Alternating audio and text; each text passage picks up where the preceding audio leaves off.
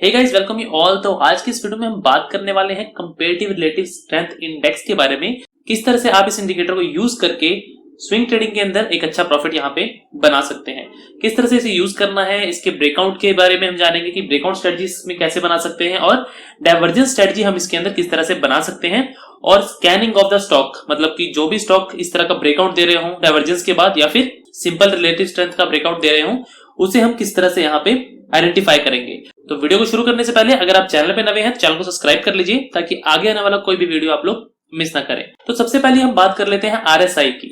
अब आरएसआई क्या होता है आपका, अगर हम निफ्टी 50 का चार्ट यहाँ पे ओपन करें और यहाँ पे हम स्टडीज में जाके आरएसआई टाइप करें तो आपको इस तरह का कुछ चार्ट नीचे चार्ट के अंदर आरएसआई देखने के लिए मिल जाता है, जिसकी डिफॉल्ट वैल्यू 80 और 20 होती है। तो ये तो हो गया आपका रिलेटिव स्ट्रेंथ इंडेक्स, मतलब कि ये आपका पर्टिकुलर निफ्टी 50 का स्ट्रेंथ बताता है आपको निफ्टी 50 के हिस्टोरिकल प्राइस से।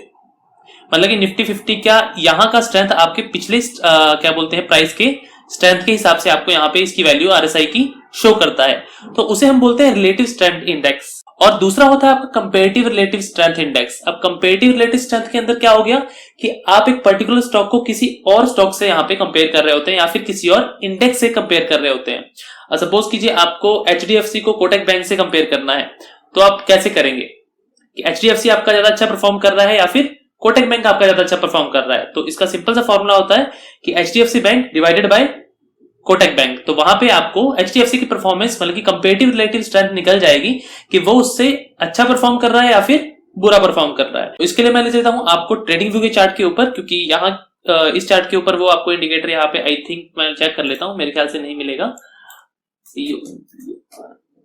ओके ठीक है, यहाँ पे इंडिकेटर नहीं है।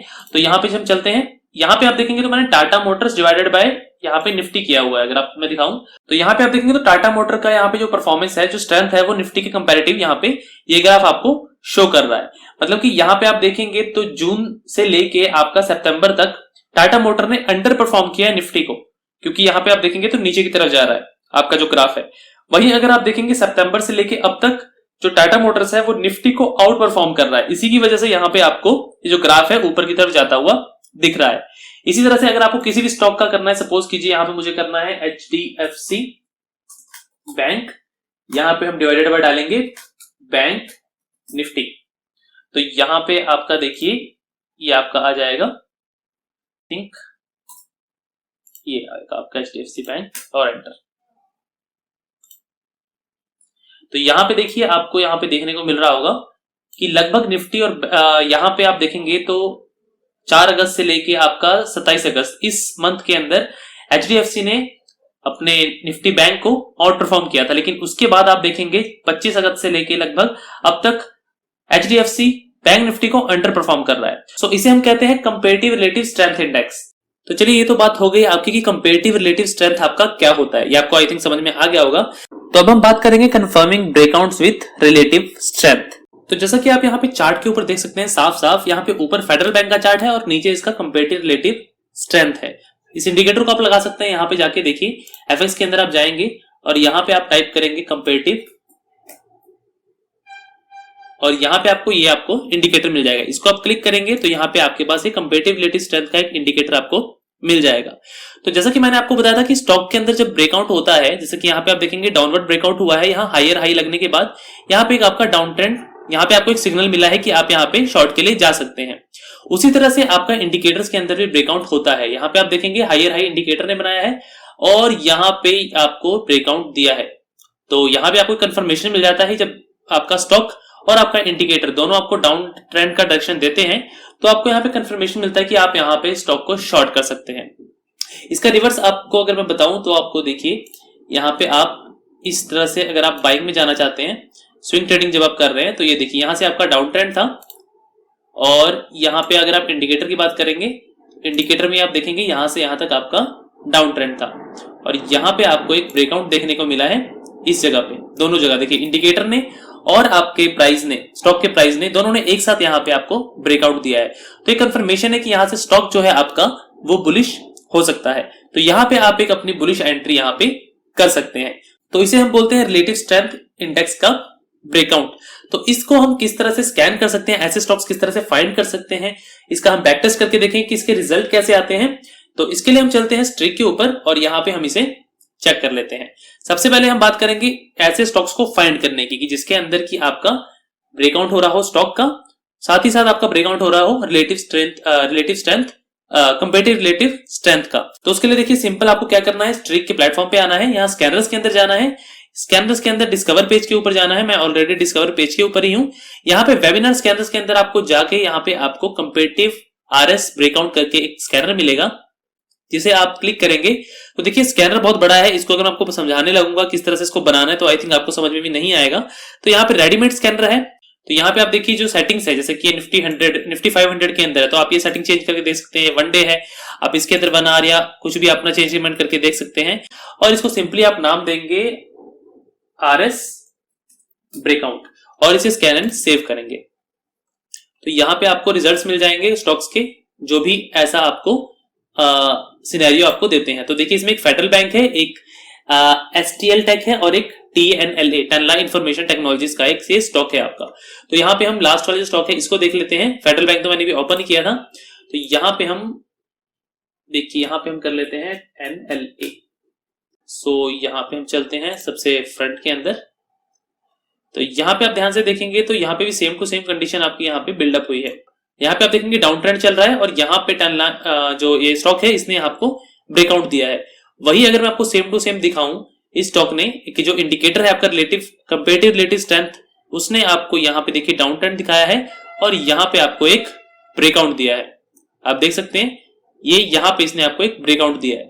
तो अगर आपको स्टॉक ने यहाँ ब्रेकआउट दिया तो देखिए रिलेटिव कंपेरेटिव स्ट्रेंथ ने आपको इंडिकेशन यहाँ पे नहीं दिया। तो यहाँ पे एक आप सोच सकते हैं कि आप एंट्री यहाँ पे ना लें, लेकिन यहाँ पे देखिए आपको कंफर्मेशन हो गया। आपको पहले यहाँ से एक ब्रेकआउट मिला हुआ है और दूसरा आपका इस इंडिकेटर ने भी आपको यहाँ पे ब्रेकआउट दे दिया है। तो यहाँ पे आप इस स्टॉक को बाय कर सकते हैं लगभग 937 रुपए पे, और अभी स्टॉक का प्राइस लगभग 1000 से अबव आपका चल रहा है।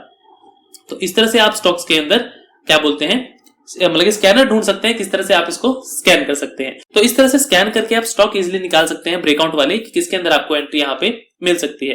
तो अभी आप देखेंगे मार्केट गिर रहा है आपका, तो बाइंग की तरफ वाले स्टॉक जो है वो आपको कमी देखने के लिए मिलेंगे। तो इसलिए यहाँ पे सिर्फ 3 स्टॉक्स आपके आए हैं। अब बात आती है इस स्ट्रेटजी का, हम बैक टेस्ट कर लेते हैं कि स्ट्रेटजी ने रिजल्ट कैसे दिए हमें पास्ट परफॉर्मेंस में, जिन स्टॉक्स के अंदर ब्रेकआउट हमें देखने के लिए मिले हैं। तो इसके लिए देखिए आपको जाना है स्ट्रेटजीज के अंदर। ये स्ट्रेटजी पहले से बनी हुई है, डिस्कवर सेक्शन के अंदर जाना है आपको और यहाँ पे आपको सर्च करना है ब्रेकआउट स्ट्रेटजीज। तो यहाँ पे आप सिंपली यहाँ पे ब्रेकआउट सर्च मारेंगे तो ब्रेकआउट के अंदर देखिए यहाँ पे आपको कंपेरेटिव रिलेटिव स्ट्रेंथ ब्रेकआउट करके, ये देखिए कंपेरेटिव आरएस ब्रेकआउट करके आपको स्ट्रेटजी मिलेगी। इसका हम यहाँ पे व्यू बैक टेस्ट पे क्लिक करेंगे तो आपको इस स्टॉक पिछले 1 साल का बैक टेस्ट रिजल्ट यहाँ पे मिल जाएगा, किस तरह के रिटर्न्स आपको देखने के लिए इसमें मिल रहे हैं। तो व्यू बैक टेस्ट पे क्लिक कर लेते हैं और यहाँ पे देखिए आपको रिजल्ट्स मिल रहे हैं लगभग 15 सितंबर 2020 से लेके 14 सितंबर 2021 तक। ये स्टॉक्स थे जिसके अंदर की डाबर के अंदर आपको 15% मिला है, इमामी में 24% मिला है, हिंदुस्तान यूनिलीवर में 20%, मारिको में 46% मिला है, एसबीआई में 29% मिला है, इंडसइंड बैंक में 22%, आईसीआईसीआई बैंक में 17% आपका मिला हुआ है। अब इसी स्ट्रेटजी को अगर आप एडिट करने जाएंगे तो यहाँ पे देखिए स्ट्रेटजी का पहले आपको नाम देना पड़ेगा। बल्कि अगर आप चाहते हैं स्ट्रेटजी को अपने पास लेना तो स्ट्रेटजी को एडिट करिए और इसको अपने पास सेव कर लीजिए, नहीं तो आप यहाँ से डिप्लॉय ऑल भी यहाँ पे कर सकते हैं और इसे पेपर ट्रेड या टेक लाइफ के ऊपर ले जा सकते हैं। तो ये तो देखिए बात हो गई सिंपली आपकी रिलेटिव स्ट्रेंथ ब्रेकआउट की। आई थिंक आपको समझ में आ गया होगा कि रिलेटिव स्ट्रेंथ इस तरह के स्टॉक्स के अंदर ब्रेकआउट, क्योंकि आपका स्टॉक भी आपको ब्रेकआउट दे रहा हो और आपका कंपेरेटिव रिलेटिव स्ट्रेंथ भी आपको ब्रेकआउट दे रहा हो, उस तरह के स्टॉक्स आपको ढूंढ के यहाँ पे दे देता है और उन्हीं स्टॉक्स का यहाँ पे ये आपको जो बैक टेस्ट है वो शो कर रहा है। एक्यूरेसी भी आप देख सकते हैं लगभग 50% से अबव की है, क्योंकि 33 के अंदर मतलब कि 33 में से आपके लगभग 19 ट्रेड यहाँ पे प्रॉफिटेबल हैं और 14 ट्रेड्स आपके लूजिंग है। तो मतलब 50% से ऊपर की आपकी यहाँ पे एक्यूरेसी भी इसकी मिल जाती है। तो जो लोग स्विंग ट्रेडिंग करते हैं, बाइंग के अंदर पोजीशन बनाना चाहते हैं, वो इस इंडिकेटर का यूज करके, मतलब इस स्ट्रेटजी का यूज करके काफी आसानी से स्ट्रेटजी बना सकते हैं। तो बढ़ते हैं अगले टॉपिक की तरफ, जो कि है हमारा डाइवर्जेंस विथ रिलेटिव स्ट्रेंथ। अभी हमने ब्रेकआउट देख लिया, अब हम देखेंगे डाइवर्जेंस कि डाइवर्जेंस के ऊपर आप किस तरह से स्कैनर क्रिएट कर सकते हैं या फिर स्कैनर यूज कर सकते हैं, और डाइवर्जेंस के ऊपर आप किस तरह से स्ट्रेटजी यहाँ पे बना के बैक टेस्ट कर सकते हैं। तो सबसे पहली बात है कि डाइवर्जेंस क्या होता है। तो इसके ऊपर पूरा का पूरा एक वीडियो पहले से बना हुआ है, आप उसे देख सकते हैं, जहां पे कि आपको समझ में आएगा कि डाइवर्जेंस आपका क्या होता है। बाकी आप स्क्रीन के ऊपर देख सकते हैं चार्ट डाइवर्जेंस का, जहां पे कि आपको यहाँ पे दिख रहा होगा कि मार्केट ऊपर की तरफ जा रहा है, लेकिन जो आपका स्टॉक है उसने आपको यहाँ पे कोई भी आपका ऊपर का साइन आपको नहीं दिख रहा है, बिल्कुल फ्लैट एक तरफ से नीचे की तरफ आपको दिख रहा है स्टॉक जाता हुआ इंडिकेटर में। तो मतलब कि आपका स्टॉक कुछ और कह रहा है और आपका इंडिकेटर कुछ और कह रहा है, तो इसे हम कहते हैं डाइवर्जेंस। दोनों के दोनों का मैच ना करना, उसे हम डाइवर्जेंस कहते हैं। उस तरह से आगे आप ये देखेंगे कि बेरिश डाइवर्जेंस जो आपको दिख रहा है यहाँ पे, इसमें स्टॉक्स आपको ऊपर की तरफ आपको जाता हुआ दिख रहा है। आप देखेंगे ऊपर जो लाइन है ये ऊपर की तरफ जाती हुई आपको दिख रही है, और जो इंडिकेशन जो आपका इंडिकेटर है नीचे, वो आपको यहाँ पे नीचे की तरफ जाता हुआ दिख रहा है, लोअर हाई बना रहा है, और आपका जो स्टॉक है वो आपका हायर हाई बना रहा है। तो इसे हम कहते हैं आपका डाइवर्जेंस।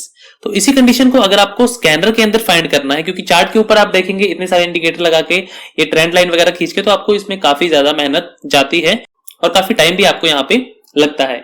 तो इसको सिंपली आप स्कैनर के अंदर भी चेक कर सकते हैं कि किस तरह से आप ऐसे स्टॉक्स को फाइंड कर सकते हैं। तो यहाँ पे देखिए मैं आपको ले चलता हूँ पहले स्कैनर के ऊपर, ताकि मैं आपको स्कैनर दिखा सकूं। डिस्कवर पेज पे जाएंगे हम, यहाँ पे वेबिनार स्कैनर में देखिए आपको यहाँ पे डाइवर्जेंस का मिलेगा, आरएस डाइवर्जेंस करके आपको यहाँ पे कंपेरेटिव, ये देखिए comparative relative strength bearish divergence, ये हमें मिल रहा है यहाँ पे। इसके अंदर देखिए सिंपल सा है, कुछ ज्यादा बड़ा नहीं है, आप इसको देख सकते हैं, नहीं तो डायरेक्टली यहाँ से भी कर सकते हैं। निफ्टी 50 या निफ्टी 100 या निफ्टी 500 में आप इसको सर्च कर सकते हैं, और यहाँ पे इसको हम दे सकते हैं नाम आरएस डाइवर्जेंस। तो यहाँ पे हमें डाइवर्जेंस वाले स्टॉक फाइंड करके आपको यहाँ पे दे देगा, अगर स्कैन लिस्ट के अंदर कोई भी स्टॉक ऐसा पर्टिकुलर कंडीशन बनाता होगा। तो इसके अंदर देखेंगे आप तो काफी सारे स्टॉक्स हैं। तो यहाँ पे हम अडानी जो है आपका, इसको ओपन कर लेते हैं। देखिए यहाँ पे ओपन कर रखा है मैंने। अब यहाँ पे आप देखेंगे तो डाइवर्जेंस आपको कहाँ पे देखने को मिल रहा है। अब यहाँ पे आप देखेंगे इस हाई से लेके इस हाई तक अगर आप एक लाइन खींचते हैं, ट्रेंड लाइन, तो आपको एक क्या दिखा रहा है स्टॉक की, स्टॉक आपका ऊपर की तरफ है।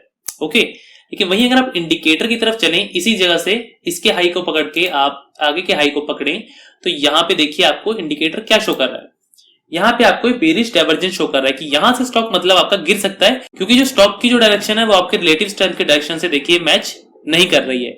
तो इस तरह के स्टॉक्स आपको यहाँ पे देखने के लिए, सारे के सारे जितने भी स्टॉक्स हैं इन सब में यही कंडीशन आपकी यहाँ पे बनी हुई है। अब इसके आपको एक स्ट्रेटजी मिल जाती है अलग से। अगर मैं आपको दिखाऊं स्ट्रीक के ऊपर चल के, यहाँ पे हम स्ट्रेटजी में जाके डिस्कवर सेक्शन पे जाएंगे, तो यहाँ पे आपको एक breakout RS divergence, RS, wait a minute, यहाँ पे हम लिखते हैं डाइवर्जेंस। तो यहाँ पे आप देख सकते हैं ये स्ट्रेटजी आपकी कंपैरेटिव रिलेटिव स्ट्रेंथ। यहाँ पे अगर हम व्यू वेक्टर्स पे क्लिक करते हैं तो यहाँ पे देखिए the strategy takes a self position when comparative relative strength form a bearish divergence warning a trend reversal. Okay, ठीक है, ये स्ट्रेटजी आपकी। इसके अंदर क्या आपके देखिए, अगर आप देखेंगे तो DCAL के अंदर 22% है, ग्लैक्सो में आपका 22% है, डॉक्टर रेड्डी में ने आपको 6% दिया है, और ये आपका रिजल्ट है लगभग 17 जून 2021 से 14 सितंबर 2021 तक का, जून से सितंबर तक का आपका रिजल्ट है आपका ये पिछले 3 महीने का। और ग्लेनमार्क में आप देखेंगे 16% है। इस तरह से आप सारे स्टॉक्स यहाँ पे अपने चेक कर सकते हैं। तो इस तरह से आप इस इंडिकेटर को यहाँ पे अगर आप यूज करना चाहते हैं तो इसको आप डिप्लॉय कर सकते हैं, या फिर आप इसको एडिट करके सेव कर सकते हैं अपने पास। अपनी स्ट्रेटजी का नाम दे सकते हैं DIVERGENCE डाइवर्जेंस करके, यहाँ पे सेव करेंगे तो ये आपका स्ट्रेटजी सेक्शन में माई स्ट्रेटजीज में आपको शो होने लगेगी। अगर आप देखेंगे तो आपको देखिए डाइवर्जेंस नाम से आपको स्ट्रेटजी यहाँ पे शो हो रही है। अब यहाँ से आप इसे एडिट करके चाहे तो इसमें कुछ चेंजमेंट भी कर सकते हैं, जैसे कि यहाँ पे आप डिफॉल्ट सेटिंग देखेंगे इसकी 5 मिनट के अंदर है, और यहाँ पे आप देखेंगे पीरियड मैक्स 30 हाई -1, इस चीज को आप देख सकते हैं। अगर आप इसको छेड़ना नहीं चाहते हैं तो मत छेड़िए, ये कंडीशन सेम टू सेम रहने दीजिए, नहीं तो आप कंफ्यूज होंगे अगर मैं आपको ये पूरी कंडीशन समझाने लगा। तो डिफॉल्ट आपको यहाँ पे स्कैनर मिल जाता है। आपको कंडीशन मैंने बता दी कि चेक क्या करता है, आपका डाइवर्जेंस किस तरह के डाइवर्जेंस को आपको चेक, आपकी ये किस तरह की डाइवर्जेंस यहाँ पे चेक करता है और यहाँ पे ट्रेड लेता है। तो आज के इस टॉपिक में हमने मेनली 2 चीजों को जाना यहाँ पे कि रिलेटिव कंपैरेटिव रिलेटिव स्ट्रेंथ का ब्रेकआउट के ऊपर आप किस तरह से ट्रेड कर सकते हैं और डाइवर्जेंस के ऊपर आप किस तरह से ट्रेड कर सकते हैं। तो आई थिंक आपको क्लैरिटी मिल गई होगी और अभी आपको कोई भी कंफ्यूजन नहीं होगी इसको लेके। सो उम्मीद करता हूं आप लोग को वीडियो में कोई भी कंफ्यूजन नहीं होगा। सो फिलहाल के लिए इस वीडियो को यहीं पे करते हैं वाइंड अप। मिलते हैं अगली वीडियो में एक नए टॉपिक के साथ, तब तक के लिए नमस्कार।